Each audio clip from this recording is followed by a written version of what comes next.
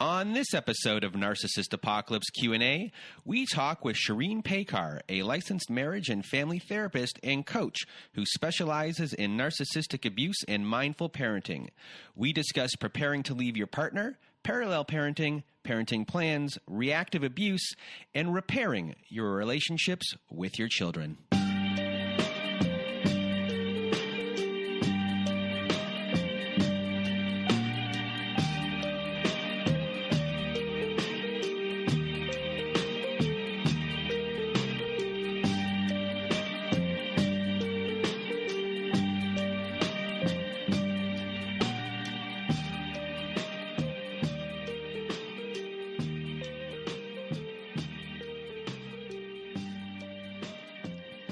Welcome to Narcissist Apocalypse Q&A.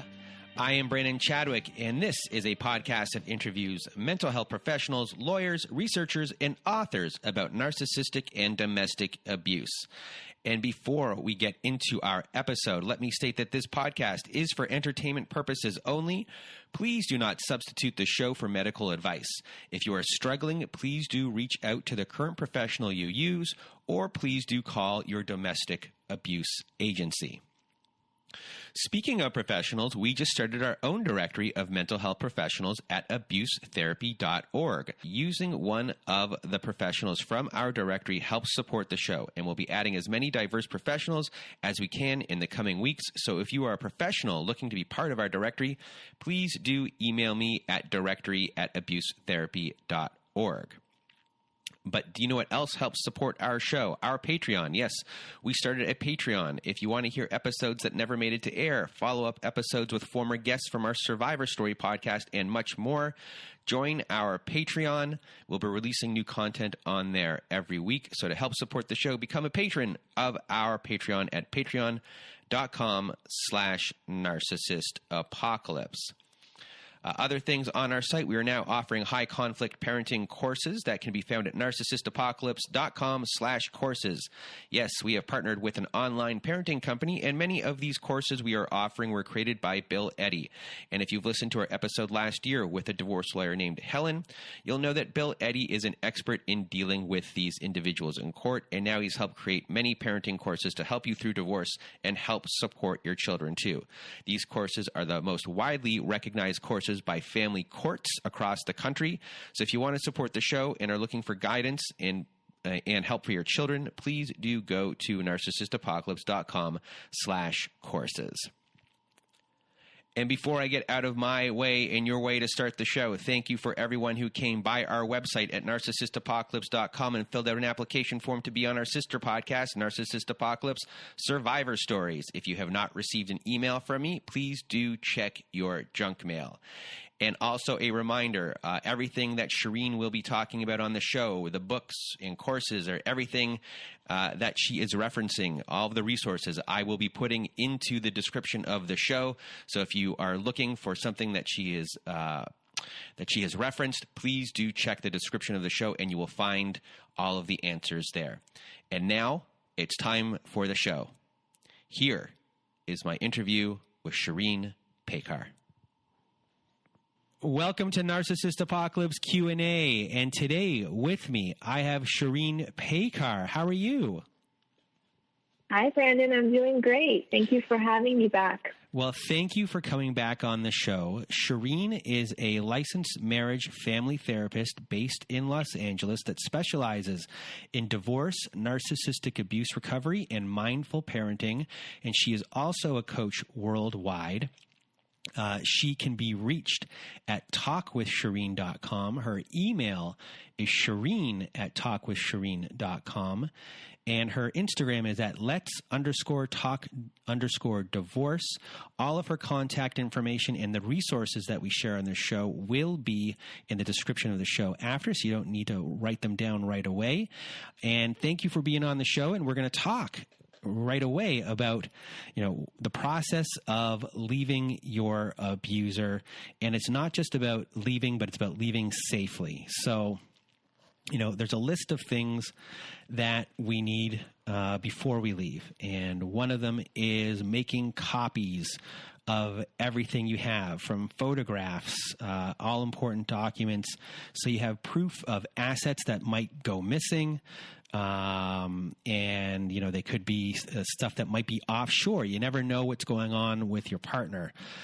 So here is a brief list of what you should document. And it's bank accounts, joint bank accounts, or sole bank accounts, documents pertaining to real estate, anything to do with properties, if you can find those, mortgages and lines of credit documents, pay stubs. Having photocopies of pay stubs is very important. Tax returns from your past 3 years at a minimum is important to have.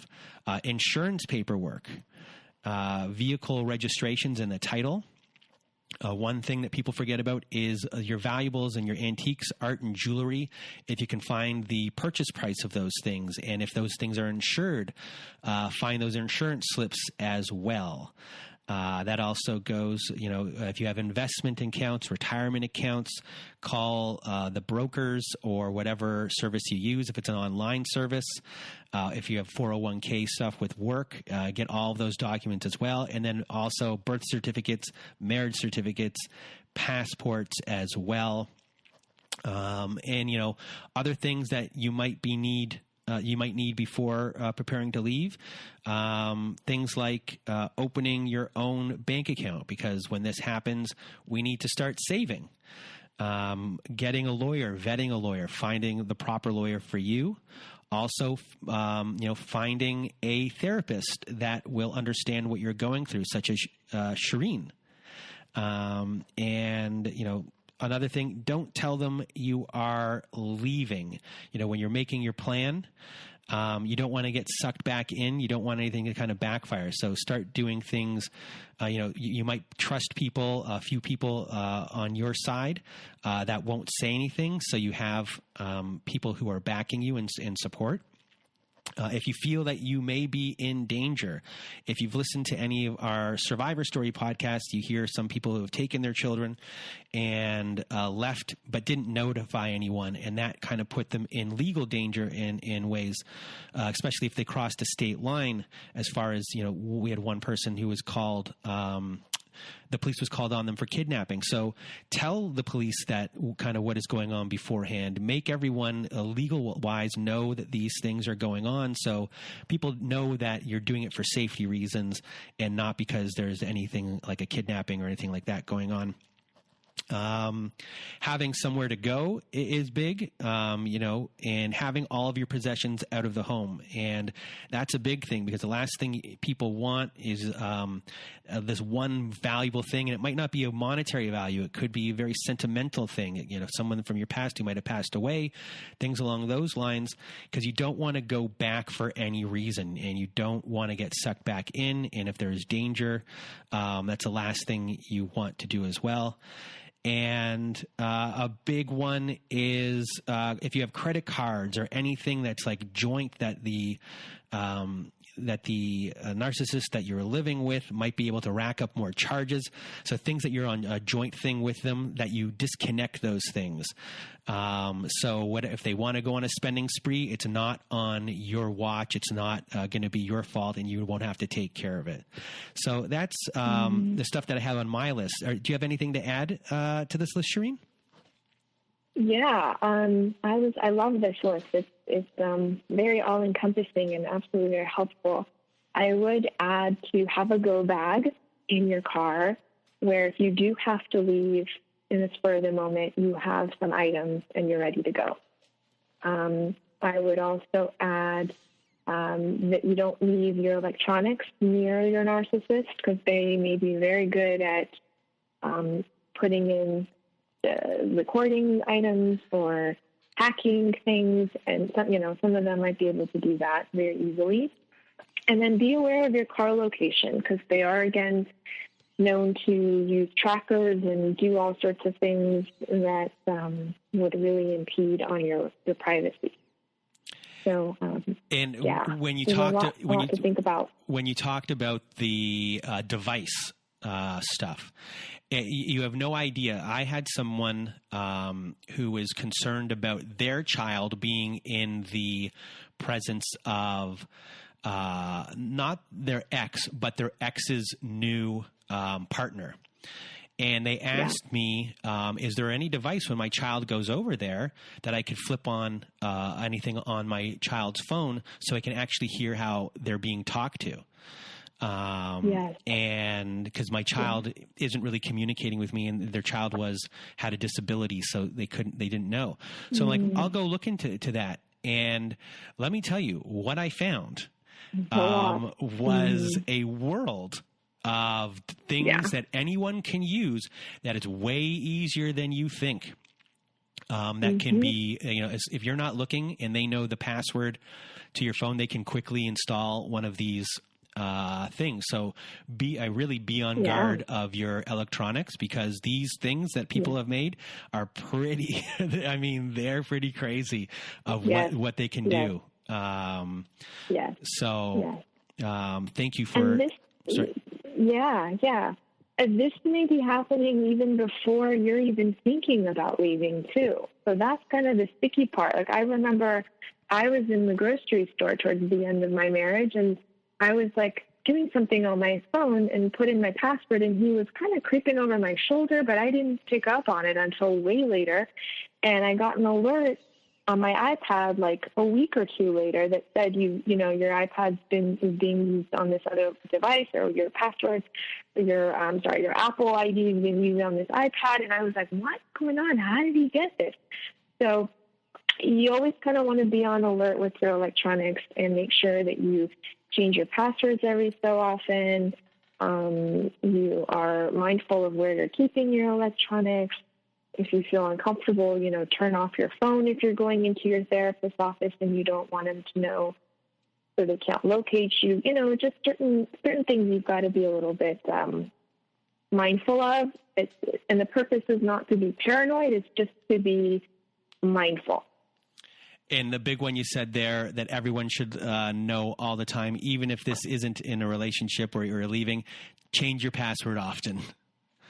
It's needed because you just never know.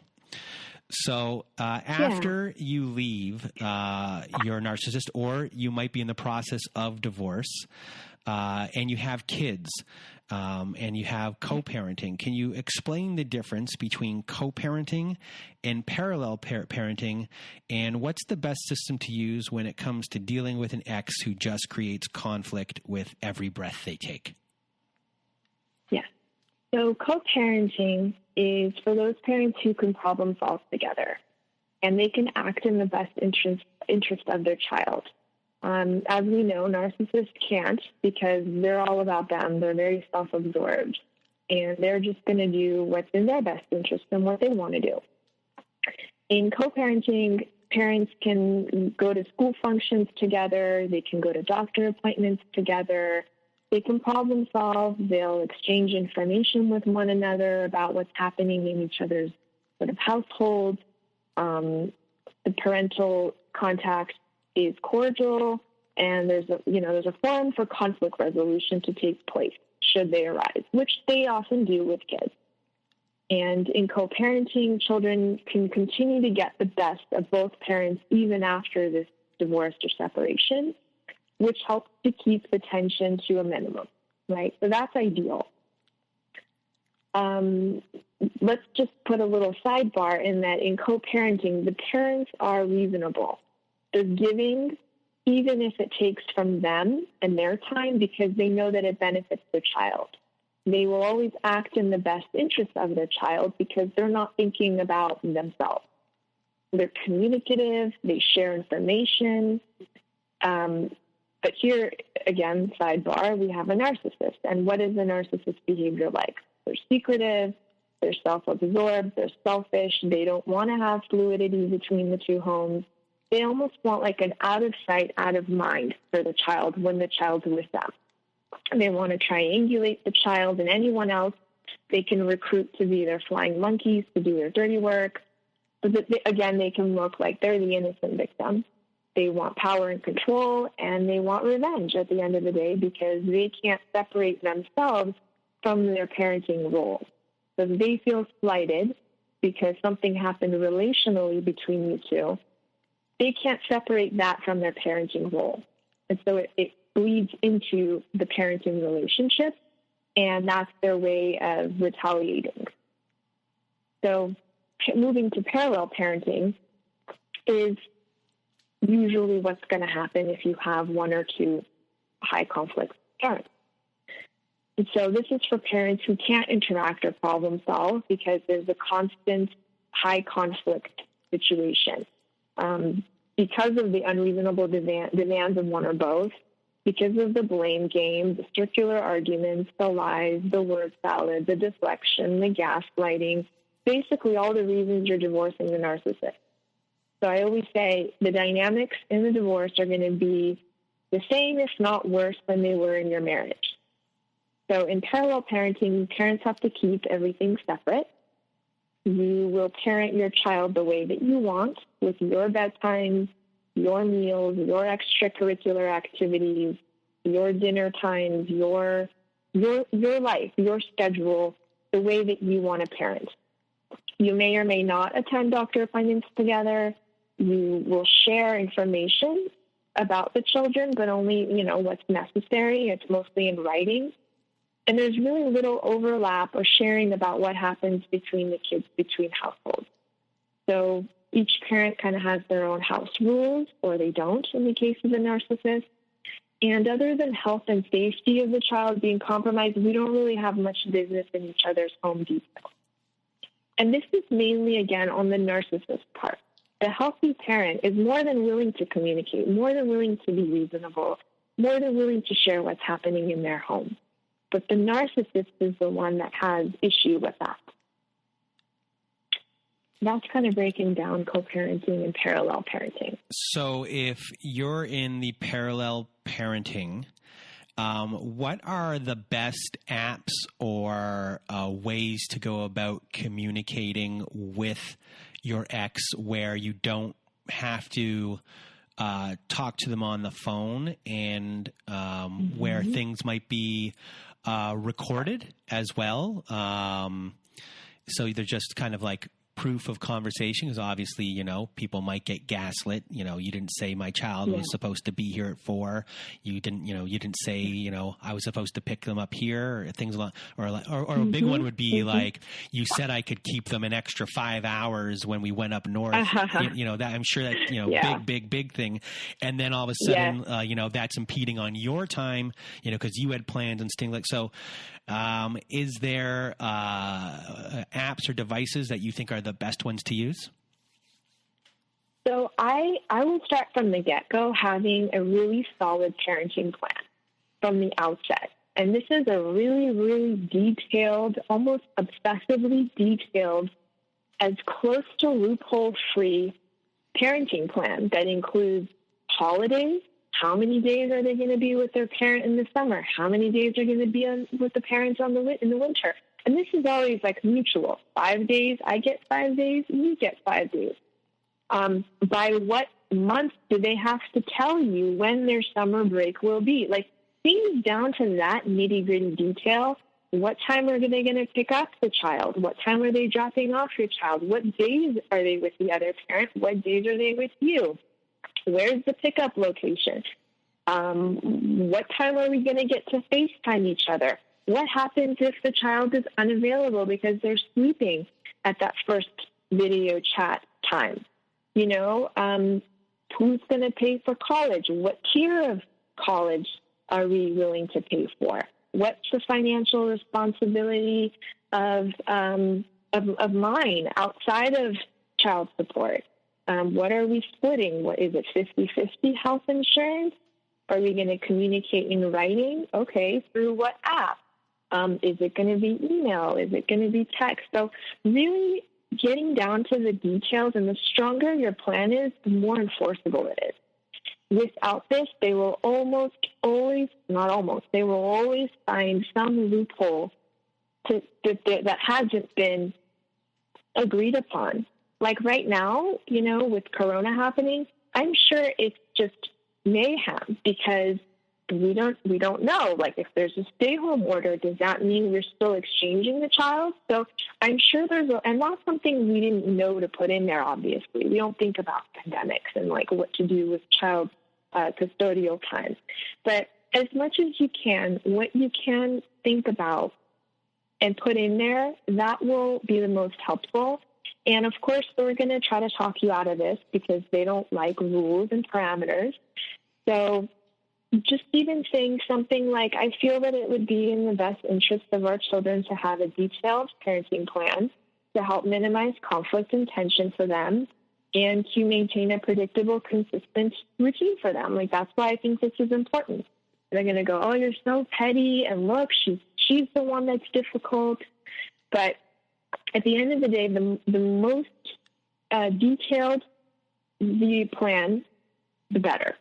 Because then down the road, you're not going to have to go back to court to then talk about how you don't have FaceTime with your child when they're with the other parent, which I had to do, believe it or not. You know, there are standards of divorce that we don't even know about that maybe attorneys can tell us about. Like, you have the right, for example, to speak with your child when they're with the other parent, and that should be in there. So I definitely think that the parenting plan is a very important start to seal in as juicy as possible all the information and all the agreed upon aspects of your custodial time to help minimize conflict and chaos and mayhem, which they love. So from my own curiosity, what happens when they violate those terms? What is the consequence? Great question, which we know they will violate. That's, the number one thing with narcissists is you always want to manage your expectations, and you know that they don't abide by rules. The rules don't apply to them, and so they will break them. And with every single time that a narcissist breaks your stipulation or your court order, I personally say document, and everyone will say this. Everyone who knows a narcissist will say document the date and the time, factually what happened, and if you have any evidence like a photo, a text, just kind of create a paper trail. You want a paper trail to show their failure to co-parent, their failure to include you in decisions pertaining to the kids, their cancellations of their time, any harm or bad-mouthing that was said to your child about you, times they didn't let you speak with your child when a child was with them. And the purpose of this is, again, to create a paper trail and a pattern of behavior so that if and when you do need to take it to court, that you have this evidence, right? Now, the thing that to me is imminent, of course, where you want to say something sooner than later, of course, and to take action is when they're a child. So their health or their safety is being compromised somehow by the narcissist. My encouragement is, of course, you want to take them to the doctor. You want to take them to urgent care. Don't let things go, because things can turn around and then look like it's negligence on your part to protect your child. And I think a lot of times for survivors of narcissistic abuse, we want to just kind of go along to get along. And they're like, it's not that bad. It's just a little, like a red mark. I don't want to rock the boat. Things are going relatively well with the narcissist. Like, I don't want to piss them off. But, they are like roller coasters anyways, and they're going to have their tantrums whether or not you go along to get along or you stand firm in your boundaries. So part of my personal experience of managing my expectations is I know that every time I'm going to try to hold my ex accountable for something, he's going to give me the silent treatment. He's going to not respond to my text. He's going to have some retaliation, and I expect it and I ride it, right? I'm not going to be responsive or say, hey, why are you acting like that to me? Or, give him attitude back, because I know what's happening. I know in his nature, he doesn't like being held accountable for something. He doesn't like me calling him out on things that he's doing. So the purpose, though, again, is to keep your child safe and healthy to the extent that you can within your control. And a really great book on this communication, like you brought up a good point in communicating in writing, of course, only. You want to keep it factual and non-emotional. And you want to hold to your agreement, your parenting plan, as much as possible. And so a great book on helping people communicate with the narcissist is BIFF, B-I-F-F, by Bill Eddy. It's a great guidebook on how to kind of just stay factual and not get sucked into that dynamic again. And Bill Eddy, for everyone who doesn't know, Bill Eddy wrote the book on high conflict people, divorce, and dealing with them in court. And all of his books are superb. He was a social worker first, became a lawyer, and then started writing the book. And he educates other lawyers and judges about these types of people because they take advantage of the system, and he's hired by these states to give education so judges know what to look for, so people like you who are listening don't get taken advantage of by people who are taking advantage of sometimes a broken court system. So many people who are divorced, they encounter reactive abuse after divorce and are still sucked back into the game, the narcissist game. Your ex might be using your children as flying monkeys or figuring out how to cause issues in your home while your children are with you, and your ex is just, in their home twiddling their thumbs evilly, something along you never know what they're doing. They want the children to believe the lies that they say about you. So how can you curb some of this behavior? And, that leads us to the question, what are things that you as a now divorced ex of a narcissist can control within your family and your children? And what are the things that you can't control? Yeah, that's a great question. I find that it's really hard initially to separate what you can and can't control because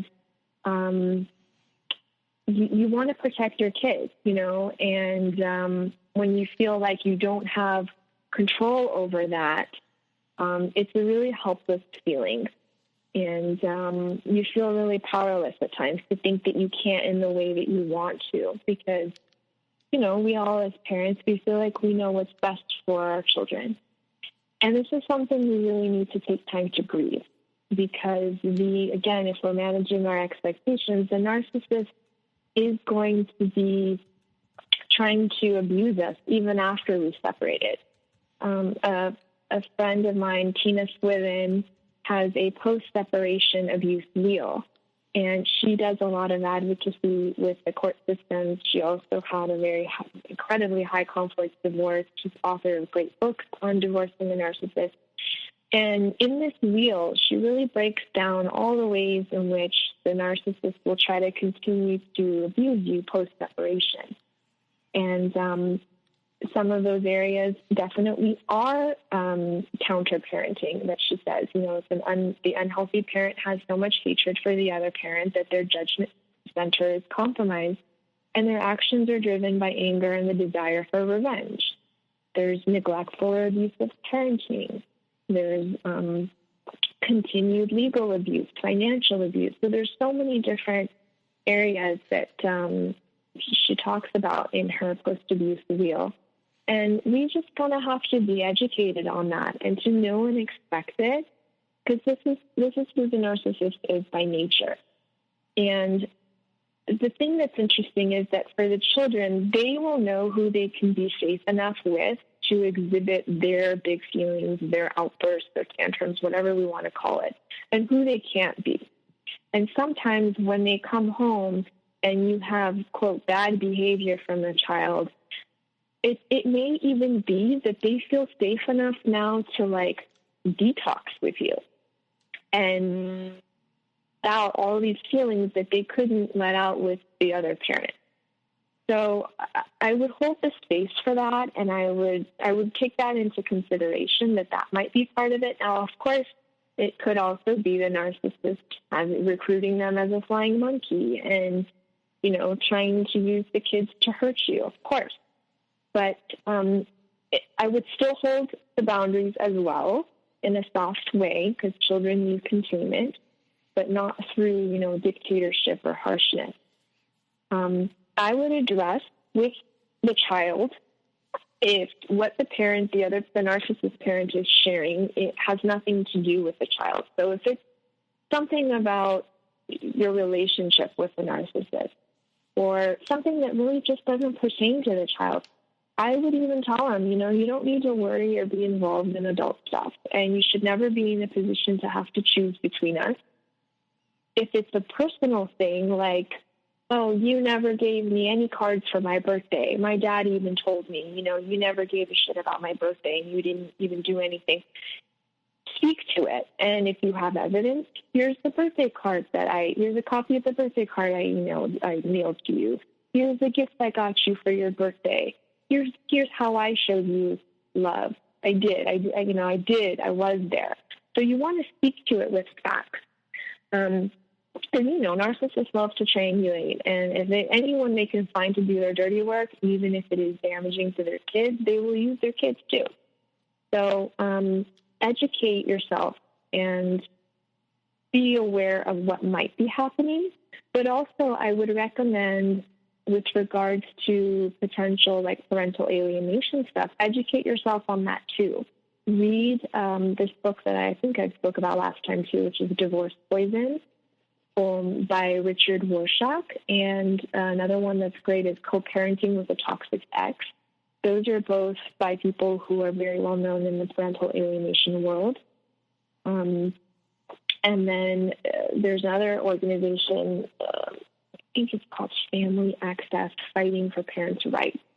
They have calls once a month with top parental alienation specialists. And these are mainly for people who have been alienated, in ways to challenge, combat it, ways in which you can deal with parental alienation, and it's free. So if that's sort of what you're finding is happening with the children, I would educate yourself, and of course, standing in the way of that early on is best. Don't just kind of let it slide. Be aware and be on top of it, proactive, so that it doesn't get to parental alienation. All right. So now we have audience questions. Are you ready? I am ready. All right. First question in our audience questions. My 13-year-old daughter is asking some really pointed questions about her mother's narcissistic behaviors. I am trying to remain appropriately supportive in coaching her how to deal with them without bashing her mom. Any tips?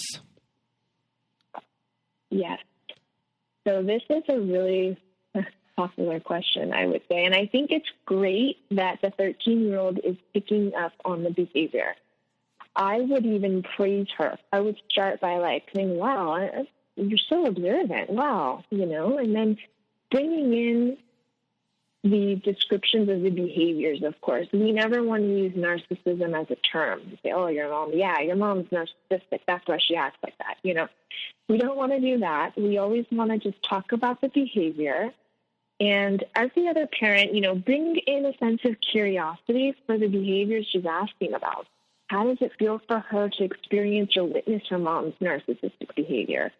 For example, what does it feel like for you when mom is throwing things and breaking things and yelling? What's the difference between rage and anger? How can someone express anger in a healthy way? And try to be neutral, because if she picks up on your feelings, either way, it might deter her from sharing more with you. A great resource here is Dr. Ramani has a YouTube channel where she breaks down in a glossary of terms all of the different narcissistic behaviors. And a lot of them happen so subtly that we miss them.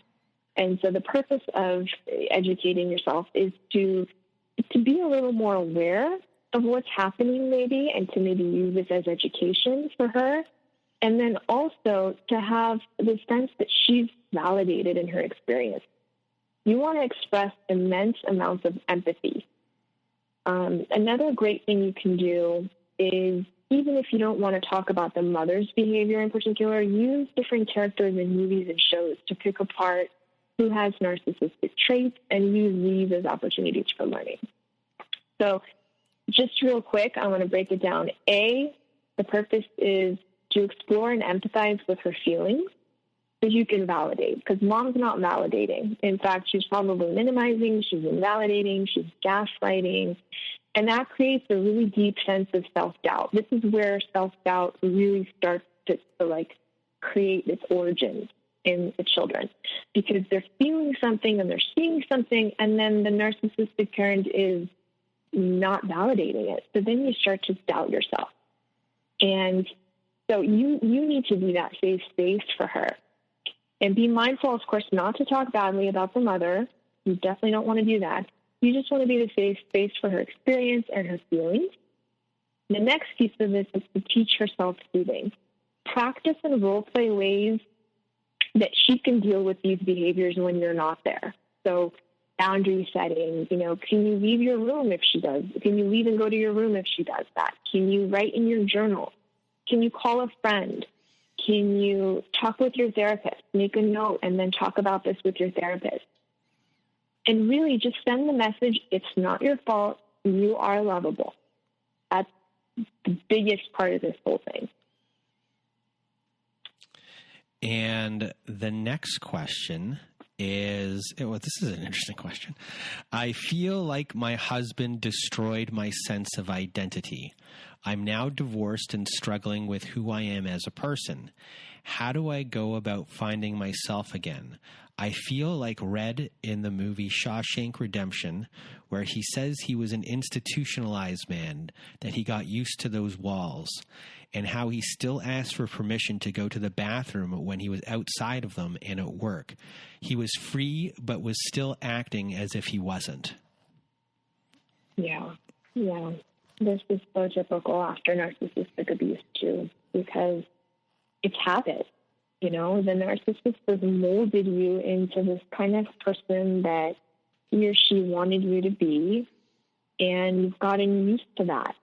And so the first step is to just become present and get back in connection with your body, practice meditation and mindfulness and dance. And I think even noticing that you're realizing that you're not in touch with your true self, I think that's a great thing. That in itself is you getting back in touch with who you are, because you're noticing you're not who you want to be and you're not who you are, who you thought you were before.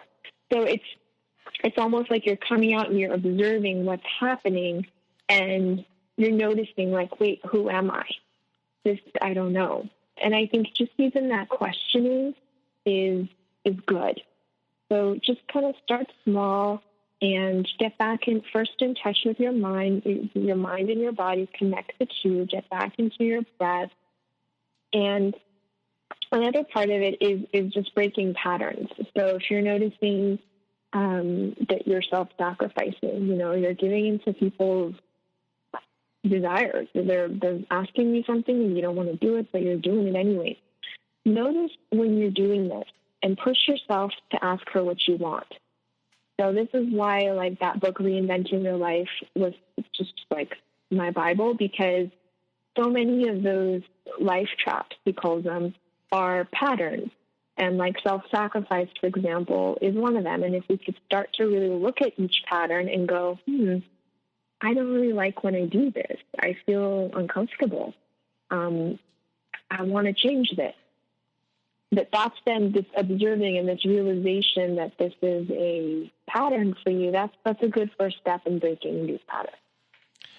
So it's a really good question. And with that question, and on the first one where you discussed, talking about maybe movie characters or TV characters that are going through the same thing for the kids to kind of look at and discuss those. Just with the second question, for people that are having trouble out there putting their situation or feeling into words, what this person did was, they found a movie where they were able to articulate their feelings to explain it to someone else, what they're kind of going through. And it's, if you're trying to explain things to certain people who don't understand how you're feeling, try to find things like this, because it's helpful for you and it's helpful for other people to, find support and to find understanding. So, I really enjoyed that question. Next question is, I'm about to go through the process of divorce and I want it to be quick, but I can't help but feel helpless when looking at my first lawyer's bill. The financial burden is causing me anxiety attacks, and in some ways I wish I could just not get divorced so money would not be needed. I feel defeated before even starting, like my ex has already won. What can I do?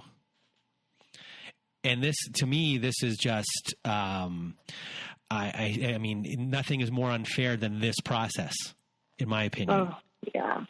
Yes, I fully agree with you. I mean, once in a while, I'll reflect back on my experience of, going back to court and how I felt as a new mom, and going through shock and grief, going through divorce, and then having to pay attorneys to decide what's going to happen in my life. And I remember one time I was gaslit by proxy through his attorney. And, his flying monkeys were in the audience, and they were like laughing as I was testifying. And it was just like pure trauma. And so I really want to validate. I mean, the whole experience of court and attorneys, and even, getting emails from your attorney can trigger anxiety.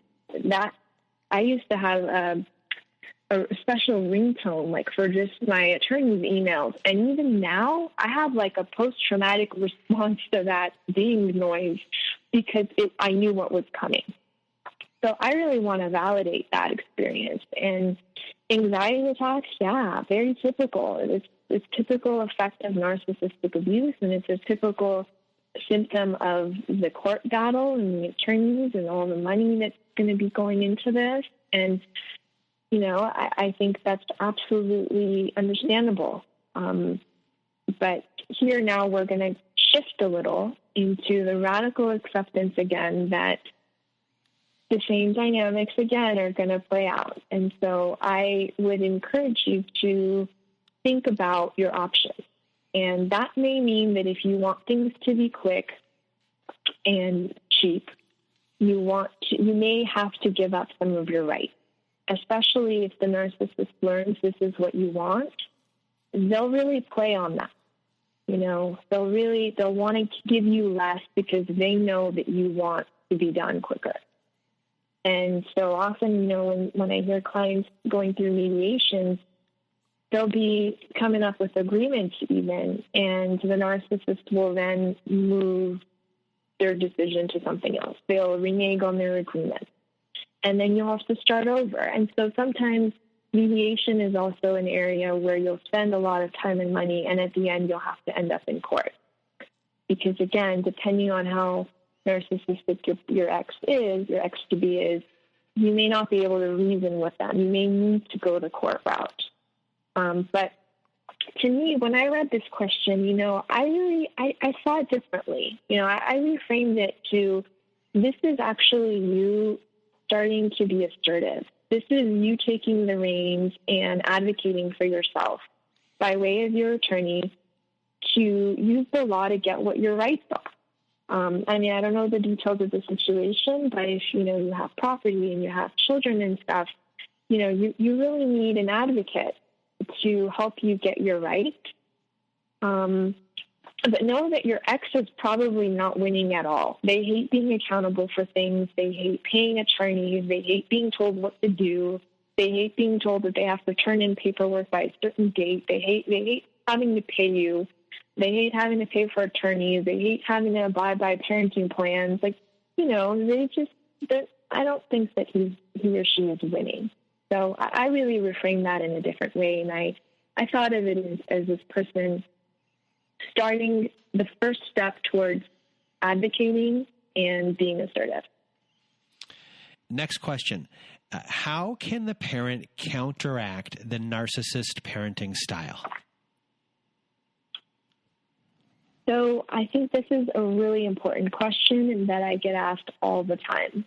And the way that I look at it is I first look at all the narcissistic behaviors, right? And then we do the opposite. So a narcissistic parent is going to be love bombing their child at times. They're going to do what's easy, fast, fun. They're going to be non-reciprocal. They're going to be controlling. They're going to expect the child to just do what they want and make, unilateral decisions. They're going to be competitive. They're going to be buying the kids' love through financial means. They're going to be condescending and, guilt tripping and conditional love and all that stuff. Everything that we basically knew that they did to us, they're now going to be doing with the child, right? So what I'd say for the healthy parent, not just with the child, but through their modeling with others, is, of course, to have regard for others, but maintain healthy boundaries. Really learn about boundaries. There's a great podcast on that one is called Beyond Bitchy, and she really breaks down boundaries so beautifully. So we want to have healthy boundaries with our children and respect their boundaries, and also have healthy boundaries ourselves with others that we're modeling. Self-compassion is a huge one. The narcissist is super critical towards themselves and others. So we want to model self-compassion, have healthy standards for the kids. The narcissistic parent has unrelenting standards, as we know. They always want to have a place to criticize the child. You want to be the parent that praises them for their process, rather than the product. So there's a woman, Carol Dweck, who does a lot of research on praise. And I love her work because she really helps facilitate this growth mindset for kids, where they're learning that they can do more because they have been praised on their behavior rather than, oh, this is a beautiful thing you made. It's, wow, you put so much focus and attention into this piece of art. You chose these colors so carefully, so you're praising the process. The narcissist is all about the product because that's what makes me look good. Your child is going to be viewed from the healthy parent's perspective as separate. You want to respect and honor the autonomy of your child. You want to love your child and show them through nurturance and attention and quality time, and meeting their emotional and physical needs. Whereas the narcissistic parent is going to be buying them stuff, lavish vacations, buying love through financial means, right? And so most importantly, if anything, I would say the healthy parent wants to repair the breaks in the relationship. Because I think we all mess up as a parent. We have bad days. You want to go to your child and really repair them and talk about it, talk about how they felt, and apologize. Because we all know the narcissist does not apologize. So be the opposite of everything your narcissist was, and keep doing what you're doing, and praise yourself and have self-compassion when you make mistakes. And now we have our last question. And this question is my favorite of them all. Because to me, it's a really important question. At what age is it best to send kids to therapy as a precautionary measure? And how do I bring it up to them so they don't think that there is something wrong with them? Yeah, I know. This is a tough one.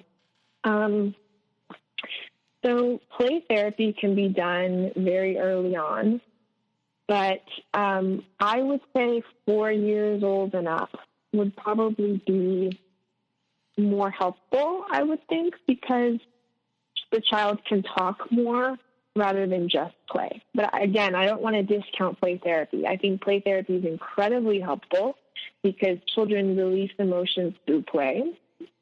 And so I think that very early on, especially if you're seeing behavior or irritability, depression, anxiety in your child, I definitely think it's helpful. The earlier, the better, honestly. I would explain what therapy is to begin with, of course, with an older child, and how it's helpful. I might say something like, you might feel uncomfortable telling me everything. So a therapist is someone you can share everything with and talk about things that are bothering you. You can talk about something you'd like support with. You can feel safe sharing with them because they're your advocate. They won't judge you or feel that you're picking sides. And if they express that they don't want to go, I just curiously ask, what are your reservations? Like, why aren't you wanting to go? And I think that sometimes helps children bring up some of their worries that you may be able to talk through. But I think therapy is really, really important for children who are in a situation like this, in a narcissistic family, because you have a third eye on the child. And a third set of eyes helps to be an advocate for the child. It helps pick up on things earlier on. And it helps if there needs to be like child abuse reporting to have it come from a neutral third party. So I'm a very big advocate of play therapy, of child, therapy for kids, teens, regardless, of really what's happening. And so I think very good question, and I highly encourage it. Well, Shirin, I want to thank you for being on our show once again. And for everyone out there who wants to get a hold of Shirin, her website is talkwithshirin.com. Her email is shirin@talkwithshirin.com. Her Instagram is @lets_talk_divorce. All of this information, plus all of the resources she mentioned, will be in the description of this show. So please check all that out and go to Shirin's website as well. Anyone who's going through divorce, you heard Shirin today. She is very knowledgeable about all of this stuff. And if you need information or help with whatever issues you're having, Shirin is the person to go to. And she's been on our show before, and I really want to thank you from the bottom of my heart for being on the show once again. Thank you, Brandon. It's always a pleasure. Thank you so much.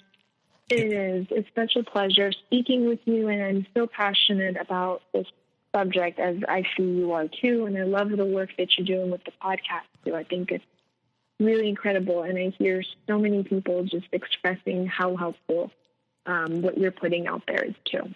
So thank you. Thank you. And for everyone else out there who is listening, I hope you have a good night.